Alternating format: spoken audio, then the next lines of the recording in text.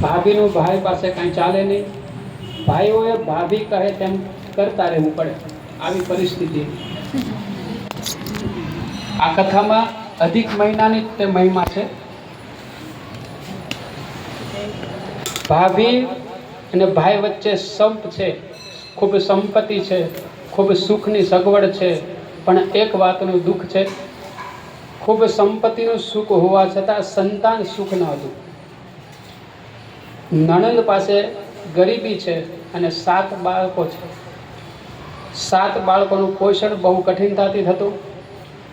ગરીબ નણંદ પોતાના ભાઈની સહાયતાની આશા રાખતી, પણ ભાઈ બહેન વચ્ચે ભાભી કાંટાની વાડ હતી। ભાભીની મરજી વગર બહેનને સી રીતે સહાયતા કરે? ભાભીની સંમતિ વગર ભાઈ કોઈને કાંઈ આપી શકે નહીં, એવી ભાઈના ધનવાન ઘરની આવી હાલત હતી। એકવાર એક વૃદ્ધ સંત આ ગામમાં આવ્યા। એ સંતે ઘરે ઘરે જઈ નોતરું દેવા લાગ્યા। બધાના ઘરે નોતરું આપ્યું, પણ નિર્ધન નણંદના નોતરું ન આપ્યું। શ્રીમંત ભાભી બીજી મહિલાઓ સાથે અવારનવાર વાતો કરવા બેસતી। એ સમયે એક મહિલાએ સમાચાર આપ્યા કે આપણા ગામમાં એક સંત મહાત્મા આવ્યા, એને ઘરે ઘરે બધાને નોતરું આપ્યું, પણ શ્રીમદ ભાભીની ગરીબ નણંદના ઘરની સામું પણ ન જોયું। તો શ્રીમદ ભાભી બોલી કે સંત જાણે છે કે મારી નણંદ એ પાપીણી છે, તેનું નોતરું દેવાનો કોઈ અર્થ નથી। મારી નણંદે જો પુણ્યદાન કર્યું હોત, તો વ્રત વિધાન કર્યું હોત, તો એના છોકરા ભૂખે ટળવળતા ન હોત। આવી ટકોર કરી। આ વાત ચાલતી હતી એ સમયે એ સંત મહાત્મા ત્યાં આવી પહોંચ્યા, ઊભા રહ્યા। શ્રીમદ ભાભીએ સંતને પૂછ્યું કે હે મહાત્મા, બધાના ઘરે જઈ તમે અધિક માસ પુરુષોત્તમ માસનું વ્રત કરવાનું નોતરું આપ્યું, બધાને જાણકારી આપી, પણ મારી નિર્ધન નણંદને બાકી કેમ રહેવા દીધી? તો સંત મહાત્મા કહે કે નિર્ધન નણંદને નોતરું દેવાની કાંઈ જરૂર નથી, કારણ કે એને તો ક્યારનોય પુરુષોત્તમ માસનું વ્રત કરવાનો દ્રઢ સંકલ્પ લઈ લીધો છે। તમે બધા બાકી હતા એટલે મારે તમને કેવું પડ્યું? એને સંકલ્પ લઈ લીધો છે। હવે શ્રીમંત ભાભીના મનમાં નિર્ધન નણંદ તરફ દ્વેષ ઉત્પન્ન થયો, જે કળિયુગનો દોષ કહેવાય, દ્વેષ। પવિત્ર પુરુષોત્તમ માસ આવી ગયો। સર્વ સ્ત્રી પુરુષોએ વ્રત શરૂ કર્યું, સર્વએ યથાશક્તિ દાન આપ્યું। જ્યારે અધિક માસ પૂર્ણ થયો ત્યારે શ્રીમંત ભાભીએ ગામમાં વાહવા થાય એ માટે જાહેર ઉજવણી કરી। તેને ઘણા કુટુંબોને જમવાના નોતરા મોકલ્યા। કોઈએ એને પૂછ્યું કે તમે તમારી નિર્ધન નણંદને નોતરું મોકલ્યું કે નહીં? તમે આખા ગામને જમાડો છો? તો શ્રીમદ ભાભી કહે કે મારી ફરજ તો એમને નોતરું મોકલવાની છે ને, એને ઘેર હું જાતે જ નોતરું આપવા જઈશ। એટલે 5 ભાઈઓના દેખતા શ્રીમદ ભાભી નણંદને નોતરું આપવા ઉપડી। મનમાં વિચાર થયો કે મારી સાથે થોડા સંબંધીઓ સાથે આવે તો સારું, કારણ કે એમની હાજરીમાં હું નણંદ અને ભાણેજો ઉપર ખૂબ લાગણી દેખાડીશ, પણ તે પછી 7 છોકરાઓની સાથે મારે ત્યાં જમવા આવે જ નહીં એવું હું કંઈક બોલીશ। શ્રીમંત ભાભી પોતાના સાથે 5 સંબંધીઓને સાથે લઈ નણંદના ઘરે ગઈ। નિર્ધન નણંદ તો ભાભીને જોઈ રાજી થઈ ગઈ, એના છોકરાઓ પણ મામી કરવા લાગ્યા। શ્રીમદ ભાભી કહે તમે જરૂર અમારા ઘરે જમવા આવજો, હું અધિક માસનું વ્રતનું ઉજવણું કરું છું। નિર્ધન નણંદ કહે કે સારું, અમે બધા જરૂર આવીશું। શ્રીમદ ભાભી સંબંધીઓને સાથે નોતરું દઈ દરવાજા બહાર નીકળી અને તરત જ સંબંધીઓને કહે કે તમે જરા ઊભા રહો, હું મારી નણંદને મળી આવું। પછી પાછી પોતાની નણંદ તથા ભાણા ભાણી ઊભા હતા ત્યાં આવીને બોલી કે હું તમને તેડવા આવીશ, હું જાતે તમને તેડવા ન આવું ત્યાં સુધી તમે અહીં જ રોકાઈજો, મારી વાત તમે જોજો, તમે જાતે આવતા નહીં। બસ આટલું કહી તે દરવાજામાંથી બહાર નીકળી। નિર્ધન નણંદના ઘરમાં 7 છોકરાઓ લાડુ કરતા ચારે બાજુ ઘૂમવા લાગ્યા। સમય વીતવા લાગ્યો, સાંજ પડી ગઈ, પણ મામી આવે કે ન મામો આવે, કોઈ આવ્યું જ નહીં। છોકરાઓ લાડુ કરતા સૂઈ ગયા। નિર્ધન નણંદ મનમાં વિચાર કરે છે કે સવારમાં ઉઠતા હવે છોકરાઓ લાડુ માંગવાના જ છે, આ વાત પડોશરમાં ફેલાશે તો મારા ભાભી અને ભાઈની ખૂબ નિંદા થશે। અને વિચાર કરે છે કે એમની નિંદા ન થાય અને છોકરાઓને લાડુ મળી રહે એ માટે મારે શું કરવું? ચૂપચાપ જઈ ભાઈ ભાભીના રસોડામાં જઈ થોડા લાડુ ચોરી લાવવા કે શું કરવું? અંતે નિર્ણય થયો કે સાવ ફાટેલા લુગડા પહેરી બહાર નીકળી ભાઈના ઘર પાસે આવીને ઊભી રહી. કેટલીક સ્ત્રીઓ રંગબેરંગી સાડી પહેરી ભોજન જમીને ઘરે જતી હતી. ભાઈના ઘરની બહાર એક ખૂણામાં કેટલાક કેળના પાન અને પડિયા પીડ્યા હતા.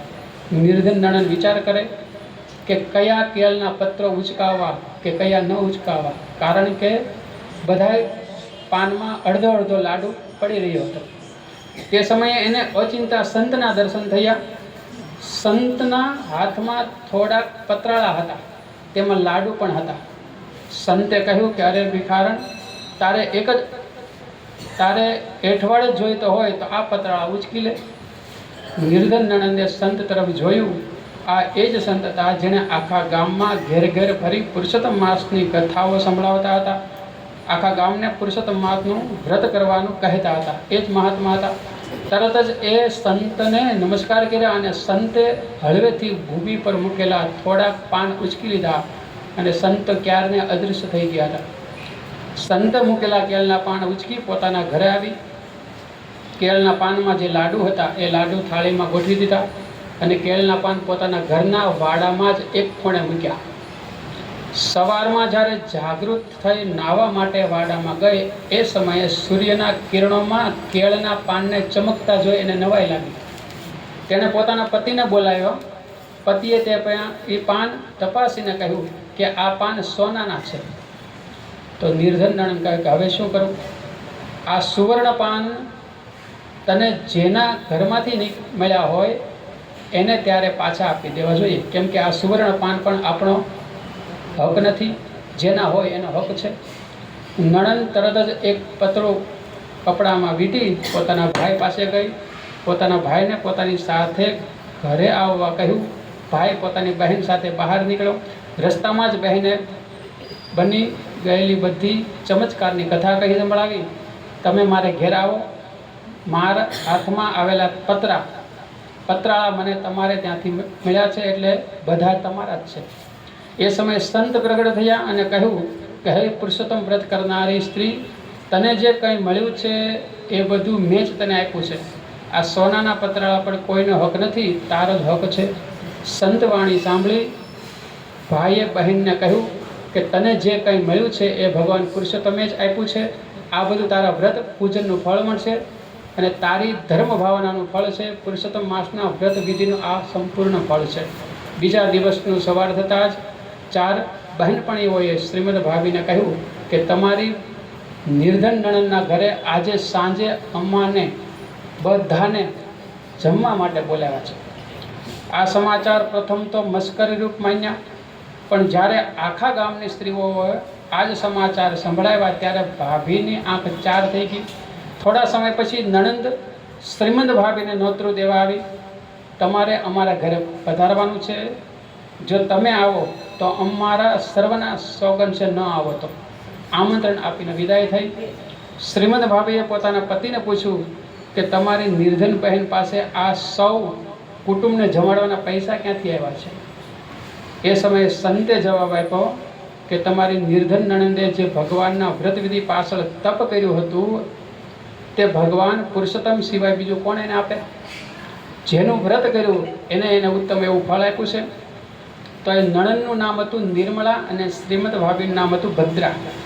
આ નિર્મળા અને તેના પતિ નારાયણ એટલા બધા ગરીબ હતા કે તેમને ત્યાં આવેલું જમવાનું નોતરું પણ કેટલાક સ્ત્રી પુરુષોને મસ્કરી જેવું લાગતું. નિર્મળા નણંદ પોતાના ભાઈ અને ભદ્ર ભાભીને જાતે પોતાને ત્યાં તેડી ગઈ. બધા ગામ માણસોએ જમી લીધું. છેલ્લે નણંદ ભોજાએ પણ જમી લીધું. શ્રીમદ ભાભીએ પૂછ્યું કે નણંદબા, મારા ઘરમાં બાળ ગોપાલ રમતા થાય એનો સાચો ઉપાય તમે દેખાડો. ત્યારે નણંદે કહ્યું કે આ વખતે પુરુષોત્તમ માસ તો પૂર્ણ થયો છે, હવે 3 વર્ષે જે અધિક માસ આવે ત્યારે પુરુષોત્તમ માસની પુણ્ય કથાઓ સાંભળજો અને વ્રત કરજો. જે પવિત્ર પુરુષોત્તમ પ્રભુને અમારી ગરીબાઈ દૂર કરી તેમ તમારી પણ ઈચ્છા પૂર્ણ કરશે અધિક માસના વ્રત કરવાથી તમને પુત્રની પ્રાપ્તિ થશે. તો 3 વર્ષે પુરુષોત્તમ માસની પધરામણી થઈ. નણંદની સૂચના પ્રમાણે ભદ્રભાભીએ સાચા હૃદયથી વ્રત વિધિ કર્યા અને ગરીબોને અને સાધુ બ્રાહ્મણોને નાણાં અને દાણા પહોંચાડ્યા. ભિક્ષુના ભિક્ષાઓને પાત્રને સલકાવ્યા.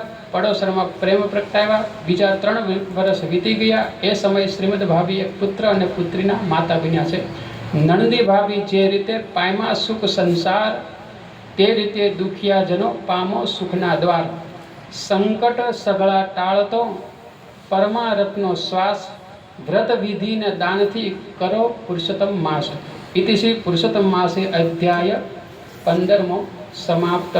બોલો પુરુષોત્તમ ભગવાન કી જય.